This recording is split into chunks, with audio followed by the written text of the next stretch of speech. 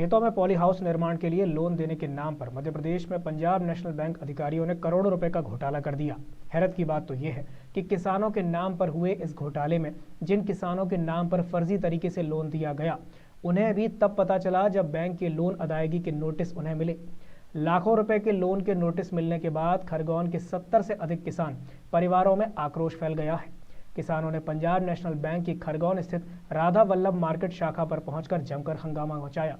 Punjab national bank के भ्रष्ट अधिकारी किसानों के आते ही बैंक शाखा छोड़कर भाग खड़े हुए।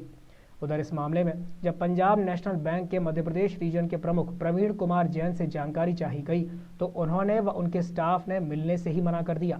पंजाब नेशनल बैंक के अधिकारियों के जरिए हुए इस भ्रष्टाचार में केंद्रीय एपीडा ने तीखी आपत्ति जताई है। मध्य प्रदेश के एपीडा सदस्य चेतन सिंह ने कहा है कि बैंक के अधिकारियों की मिलीभगत के बिना ये घोटाला हो ही नहीं सकता। किसानों व उनकी जमीन का भौतिक सत्यापन कराए बिना जिस तरह से लोन की बंदरबांट की गई है, उससे ये पता चलता है कि केंद्र की राशि का पंजाब नेशनल बैंक के अधिकारियों ने दुरुपयोग करके घोटाला किया है।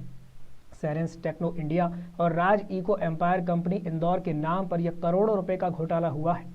पंजाब नेशनल बैंक के कुछ अधिकारी मध्य प्रदेश में जमकर घोटाले कर रहे हैं। इससे पहले भोपाल की एक कोल कंपनी को भी पंजाब नेशनल बैंक के अधिकारियों की मिलीभगत से करोड़ों रुपए का लोन दे दिया गया। बाद में कंपनी की सीबीआई जांच हुई तो घोटाला उजागर हुआ। पंजाब नेशनल बैंक में वर्षों से मध्य प्रदेश में जमे अधिकारी घोटाले पर घोटाले किए जा रहे हैं। और मजे की बात तो ये है कि गरीब आदिवासियों के पास खुद रहने को पक्के मकान ही नहीं है। इस बात की शिकायत पंजाब नेशनल बैंक के हेड ऑफिस और केंद्रीय वित्त मंत्रालय को भी की गई है।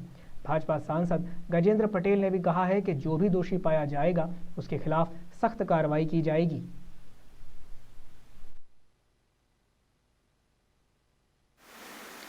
मध्य प्रदेश के खरगोन जिले में जैविक उत्पादन के नाम पर, पॉली हाउस के नाम पर आदिवासी बंधुओं के साथ, वहाँ के सीमांत कृषकों के साथ एक बहुत बड़ा फर्जीवाड़ा किसी माध्यम से मेरे समझ आया है। और जैसे ही सारा मामला है, हमने कल नई दिल्ली की बोर्ड की बैठक में भी लिया है और हमारे चेयरमैन को भी इस सारे फर्जीवाड़े से हमने अवगत कराया और इन सारे ही फर्जीवाड़ों पर हमारा एपीडा विभाग इसकी जाँच करेगा और जाँच के बाद जहाँ भी संभव होगा इनके खिलाफ कड़ी से कड़ी कार्रवाई करेंगे और आवश्यकता हुई तो पुलिस में भी हम प्रकरण दर्ज कराएंगे। ये सारा मामला जैविक खेती को लेकर के है, सब्सिडी को लेकर के है और कहीं ना कहीं पॉली हाउस को लेकर के है। गरीब किसान बंधु, सीमांत किसान बंधु, आदिवासी किसान बंधु, इन लोगों के नाम पर समूह बनाया और समूह बनाने के बाद वहाँ की एक कंपनी है, उस कंपनी का नाम है सेरेंस टेक्नो इंडिया प्राइवेट लिमिटेड। इसने सारे किसानों के नाम पर लोन लिया और लोन लेने के बाद ये कंपनी वहाँ से फरार हो गई।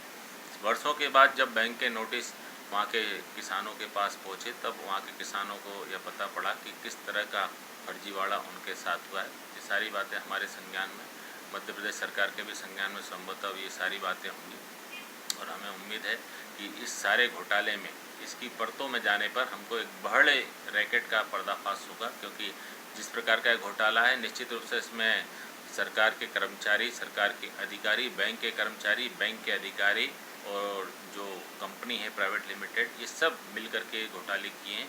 मुझे लगता है आने वाले कुछ दिनों में बहुत बड़े घोटाले का पर्दाफाश हम मध्य प्रदेश के खरगोन जिले में करने जा रहे हैं।